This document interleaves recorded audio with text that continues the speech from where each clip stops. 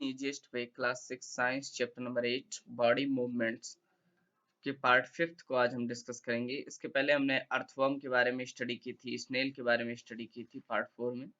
आज हमें डिस्कस करना है कॉकरोच के बारे में। सबसे पहले हम समझते हैं कि कॉकरोच का मतलब क्या होता है। तो कॉकरोच का मतलब होता है तिलचट्टा। आप सब जानते हैं ये एक इंसेक्ट का पार्ट है, मतलब इंसेक्ट ग्रुप का एक मेंबर है। इंसेक्ट का मतलब जो कीड़े मकोड़े जिस ग्रुप में रहते हैं वो इंसेक्ट है, और एक इंसेक्ट है कॉकरोच, जिसका हिंदी में मतलब क्या होता है तिलचट्टा। तो इस कॉकरोच के बारे में हमें इस चैप्टर में पढ़ाई करनी है कि कैसे इसके बॉडी स्ट्रक्चर होता है, कैसे इसमें बोन्स पाई जाती हैं और कैसे ये मूवमेंट करता है। बहुत छोटे छोटे टॉपिक्स हैं, 3-4 पॉइंट्स में ये टॉपिक आपका आसानी से हो जाएगा। तो सबसे पहले हम समझते हैं कि जो ये कॉकरोच होता है या तिलचट्टा, जिसके लिए आप आए दिन स्प्रे लेके आते रहते हैं घर में लगाने के लिए, इसमें 3 पेयर ऑफ लेग्स पाए जाते हैं, यानी कि 6 पैर पाए जाते हैं। 1, 2 और 3, ऐसे 3 पेयर ऑफ लेग्स पाए जाते हैं, यानी कि 3 जोड़ी पैर, यानी कि 6 पैर टोटल पाए जाते हैं। इसकी जो बॉडी होती है ये कवर्ड होती है हार्ड आउटर स्केलेटन से, मतलब इसके बाहर एक मजबूत स्केलेटन लगा हुआ था। स्केलेटन का मतलब आप सब समझ चुके हैं, एक फ्रेमवर्क से, एक ढांचे से है। एक ढांचे के तरीके का स्केलेटन लगा हुआ होता है उसके बॉडी पर, जो काफी मजबूत होता है। आपने कभी टच करके देखा होगा तो देखेंगे वो कंप्रेस नहीं होगा, यानी कि वो दबता नहीं है। स्केलेटन जो है वो कई प्लेट्स का बना हुआ होता है, नंबर ऑफ प्लेट्स का बना हुआ होता है, जो एक दूसरे से ज्वाइंट किए रहती हैं, वही मूवमेंट को अलाउ करते हैं। जैसे प्लेट्स आसानी से ज्वाइंट रहती हैं और फिर उसी से मूवमेंट अलाउ होता है। ये देखिए डायग्राम से आप समझ पा रहे होंगे। There are 2 pair of wings, इसमें पंख पाए जाते हैं, 2 पंख, 2 पेयर पंख पाए जाते हैं, यानी कि टोटल 4 पंख पाए जाते हैं। ऐसे और ऐसे। Attach to the body behind head, सिर के पीछे जो इसकी बॉडी होती है उसी पे अटैच होता है आपका हमारा ये कॉकरोच का विंग्स। तो हम समझेंगे इसमें कौन कौन सी लाइन है। They have 3 pair of legs, उनमें 3 पेयर लेग्स पाए जाते हैं, यानी कि 3 जोड़ी टांगे पाई जाती हैं। The body is covered with hard outer skeleton, जो इसका शरीर होता है, जो इसकी बॉडी होती है वो ढकी हुई होती है एक मजबूत बाहरी स्केलेटन से। स्केलेटन का क्या मतलब है कि बोन का बना एक फ्रेमवर्क, यानी कि हड्डियों का बना एक ढांचा जो मजबूती से ढके रहता है। जो स्केलेटन है, जैसे सबसे पहले समझिए बॉडी जो थी, जो इसकी बॉडी थी वो स्केलेटन से ढकी थी, और जो स्केलेटन है वो किससे बना है, वो नंबर ऑफ प्लेट्स से बना है, जो एक दूसरे से ज्वाइंट है। नंबर ऑफ प्लेट्स से बना है, आप देख सकते हैं डायग्राम में, ये फिर इसके नीचे ऐसे बना रहता है। नंबर ऑफ प्लेट्स से बना है जो एक दूसरे से ज्वाइंट है। उससे क्या होता है कि वो मूवमेंट को परमिट करती है, यानी कि वो इसके वॉकिंग को, ये चल सके इस बात को परमिट करती है, यानी कि अनुमति देती हैं। तो ये आसानी से मूव कर पाता है प्लेट्स की वजह से। तो आपने इतना समझा कि सबसे पहले इसमें 3 पेयर ऑफ लेग्स पाए जाते हैं, और फिर बॉडी जो है वो कवर्ड होती है हार्ड आउटर स्केलेटन से, और आउटर स्केलेटन हमारा बना हुआ होता है नंबर ऑफ प्लेट्स से, जो मूवमेंट को परमिट करते हैं। उसके बाद आपको याद रखना है कि इसमें 2 पेयर ऑफ विंग्स पाए जाते हैं, यानी कि 4 पंख पाए जाते हैं। 2 पेयर ऑफ विंग्स पाए जाते हैं जो हेड के पीछे से अटैच्ड होते हैं, बॉडी में सिर के पीछे अटैच होते हैं। विंग्स, विंग्स आप सब जानते हैं उड़ने में मदद करते हैं, तो इसमें 2 पेयर ऑफ विंग्स पाए जाते हैं। अब हम समझते हैं कि हमें नेक्स्ट कौन सा पढ़ना है। हमें नेक्स्ट पढ़ना है बर्ड्स के बारे में। बर्ड का मतलब क्या होता है, चिड़िया। इसके बारे में अच्छे से आप वैसे जानते ही होंगे, लेकिन हमें इस चैप्टर में डिस्कस करना। सबसे पहले हमें समझना है कि चिड़िया उड़ क्यों पाती है। तो आपने पहले पढ़ा होगा या अब आप जान पाएंगे कि जो चिड़िया होती है उसकी बोन्स जो है वो हॉलो होती हैं, यानी कि उसकी हड्डियां खोखली होती हैं, इसलिए वो उड़ पाती है। जैसे आप खुद इमेजिन कीजिए, एक बॉटल है, वाटर बॉटल। अगर वाटर बॉटल में पानी नहीं है, वाटर बॉटल में पानी नहीं है तो वो हल्का होता है, लेकिन वही दूसरा वाटर बॉटल हो जिसमें पानी भरा हुआ हो तो वो हल्का नहीं होगा, जाहिर सी बात है। तो वो भारी हो जाता है जिस वाटर बॉटल में पानी भरा रहता है। तो इसी तरीके से जो हमारी बोन्स होती हैं, वो क्या होती हैं, उसमें मिनरल डिपोजिशन होता है।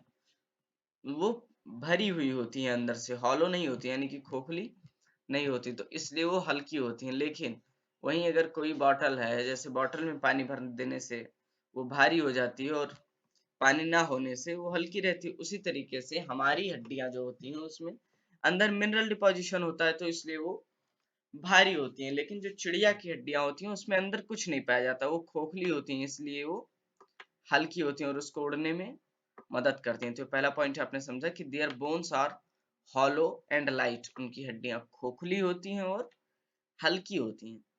The bones of hind limbs are typical for walking and perching, जिसकी हिंड लिम्स होती हैं, हिंड लिम्स कौन सी होती हैं, यानी कि जो उसके पीछे के अंग होते हैं, हैंड लिम्स, यानी कि यूं समझ सकते हैं आपको पैर की तरह से जो पीछे का पार्ट होता है, वो टिपिकल फॉर वॉकिंग, वो वॉक चलने के लिए, और पर्चिंग का क्या मतलब होता है, बैठने के लिए, कि कहीं पर बैठने के लिए मेड होता है, तो ये इसमें हेल्पफुल होता है, चलने में और बैठने में मदद करता है। The bony part of fore limbs are modified as wings, ये आप यहाँ ध्यान देंगे, ये यू नहीं रहेगा, ये फोर लिम्स आगे के लिम्स की बात कर रहा है, जो जैसे हैंड लिम्स की बात की पिछले लिम्स की, उसी तरीके से फोर लिम्स, ये जो आगे के, उन्हें हम हाथ कह सकते हैं, या जो आगे के पार्ट होंगे, वो विंग्स में मॉडिफाई हो जाते हैं। मॉडिफाई का मतलब क्या है, चेंज हो जाना, मॉडिफाई का मतलब है चेंज हो जाना, यानी कि परिवर्तित हो जाना।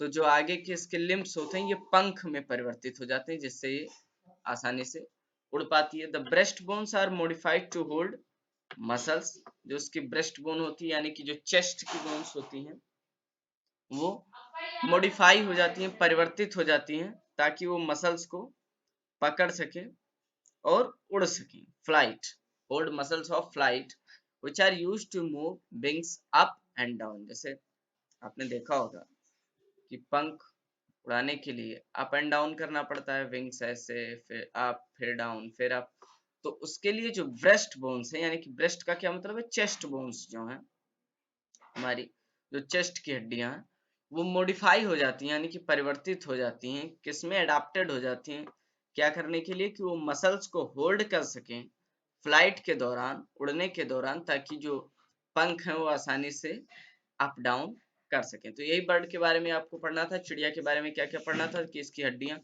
खोखली पाई जाती हैं, हल्की पाई जाती हैं, इसके जो पीछे के लिम्स होते हैं वो चलने के लिए और बैठने के लिए रिस्पॉन्सिबल होते हैं, जबकि जो आगे के लिम्स होते हैं वो पंखों में चेंज हो जाते हैं और उड़ने में मददगार होते हैं। इसके जो चेस्ट बोन्स पाई जाती हैं, सीने पर हड्डियां या ब्रेस्ट बोन्स कह सकते हैं, वो मसल्स को होल्ड करने के लिए, यानी कि मांसपेशियों को फ्लाइट के दौरान, उड़ने के दौरान पकड़ने के लिए रिस्पॉन्सिबल होती हैं, ताकि आसानी से पंख अप डाउन कर सके। तो यही हमें पढ़ना था बर्ड्स के बारे में। अब हम देखते हैं नेक्स्ट हमें क्या पढ़ना है।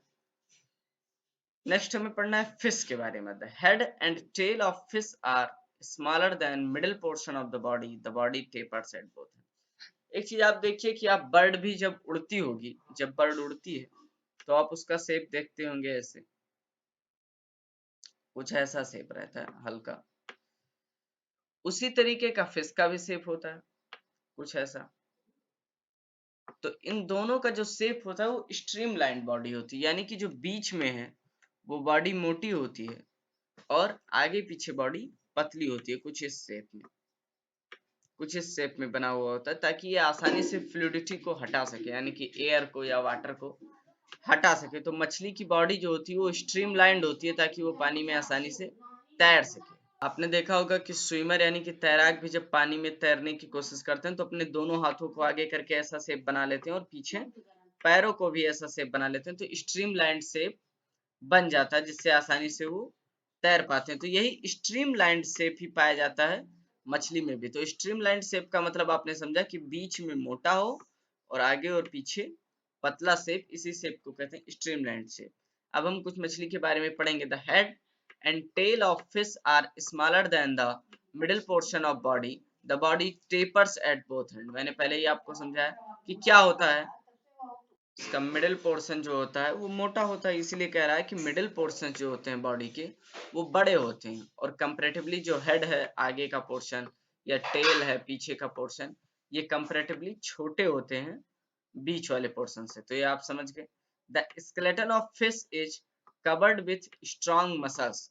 जो फिश का स्केलेटन होता है, स्केलेटन का मतलब आप सब समझ चुके हैं, फ्रेमवर्क ऑफ द बॉडी, ठीक है। तो फ्रेमवर्क जो होता है बॉडी का, जो स्केलेटन है इसका, वो किससे, मसल्स से कवर्ड रहता है। जैसे हमारी बॉडी में मसल से कवर्ड रहता है, ठीक उसी तरीके से मछलियों में भी जो स्केलेटन सिस्टम होता है वो मसल से कवर्ड रहता है। तो ये फिश के बारे में था। हम देखते हैं नेक्स्ट हमें किस चीज के बारे में पढ़ना है।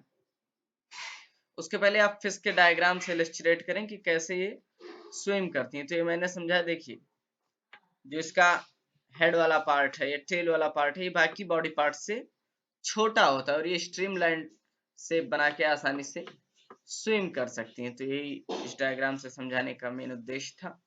अब हम समझेंगे स्नेक के बारे में। स्नेक का मतलब क्या होता है, सांप। आप सब जानते हैं, आप सब ने कभी न कभी देखा ही होगा। तो स्नेक के बारे में आपको ध्यान रखना है कि स्नेक में कान नहीं पाए जाते, ईयर्स नहीं पाए जाते। तो बहुत लोग कहते हैं कि जब बीन बजाता है तो सुनता कैसे, तो सुनता नहीं, वो वाइब्रेशन को फील करता है और इसलिए मूव करता है। तो ये आपने पहले जाना हो या ना, आप जान लीजिए कि जो स्नेक है उसको बीन बजाने से कोई फर्क नहीं पड़ता। बीन बजाने से या पैर पटकने से जो वाइब्रेशन होती है, यानी कि जो थरथराहट होती है, कंपन होती है, उसके कारण हमारा स्नेक मूव करता है। इसमें लॉन्ग बैकबोन पाई जाती है, यानी कि लंबी रीढ़ की हड्डी पाई जाती है। जैसे हमारे में रीढ़ की हड्डी पाई जाती है कहाँ से कहाँ तक, आपने पढ़ा था हेड के जस्ट नीचे से सर्वाइकल से लेकर के टेल बोन तक पाई जाती है। 33 बोन्स होती हैं, आपने पढ़ा था। तो वैसे इसमें भी बैकबोन पाई जाती है। इसमें कितनी बोन्स होती हैं वो तो हमें नहीं पढ़ाई करनी है, लेकिन ध्यान रखना है कि इसमें भी एक लॉन्ग बैकबोन पाई जाती है। It has interconnected backbones, ribs and skin. Ribs क्या होता है, हमने पढ़ा था, जो हमारे चेस्ट पर पाई जाती है, रिब केज। तो वो रिब्स, स्किन यानी कि हमारी चमड़ी, और जो इसकी रीढ़ की हड्डी होती है, वो सब इंटरकनेक्टेड होती है, यानी कि सब आपस में एक दूसरे से जुड़ी होती है। सब किसके मदद से जुड़ी होती है, गम लगा के तो हम चिपकाएंगे नहीं। तो ये हमारी जुड़ी होती है मसल्स की मदद से, यानी कि मांसपेशियों की मदद से। जो रिब्स होती हैं, स्किन होती है, और बैकबोन सब आसानी से जुड़ी रहती हैं। बैकबोन्स है हमारी, रिब्स हैं और स्किन है, ये सब इंटरकनेक्टेड रहती है मसल्स की मदद से, यानी कि सब एक दूसरे से जुड़ी हुई होती है मसल्स की मदद से। अब हम देखेंगे it's moved by formation of loops. ये लूप बना के मूव करता है। आपने देखा भी होगा कि ये स्ट्रेट लाइन ऐसा नहीं कि ऐसे ऐसे चलते चले जाएगा, बिल्कुल नहीं। ये देखिए ऐसे लूप बनाएगा, अब आगे की तरफ फिर बढ़ जाएगा, फिर ऐसे लूप बनाएगा, फिर आगे की तरफ बढ़ जाएगा। यानी कि पहले बॉडी को पीछे से इकट्ठा करता है, कॉन्ट्रैक्ट करते ऊपर बनाता है, फिर आगे की तरफ एक्सपेंड कर जाता है, फिर बनाता है, फिर आगे की तरफ एक्सपेंड कर जाता है। तो लूप्स बना बना के इस चीज को लूप कहते हैं। ये जो बना हुआ है सेमी सर्कल टाइप का, इसे हम लूप कहते हैं। इसी तरीके से लूप्स बना बना के जो हमारा सांप होता है वो मूवमेंट करता है। तो आई थिंक चैप्टर खत्म हो गया। हाँ, तो हमने आज बॉडी मूवमेंट्स को सक्सेसफुली कंप्लीट कर लिया है। अदर चैप्टर्स के लिए आप चैनल पर जाकर प्लेलिस्ट को चेक कर सकते हैं। कोई डाउट हो तो कमेंट सेक्शन में जरूर पूछें, और एनसीईआरटी के क्वेश्चंस को कंप्लीट करते रहें और नोट्स को भी कंप्लीट कर लें। तब तक के लिए थैंक्स अ लॉट, बहुत बहुत धन्यवाद।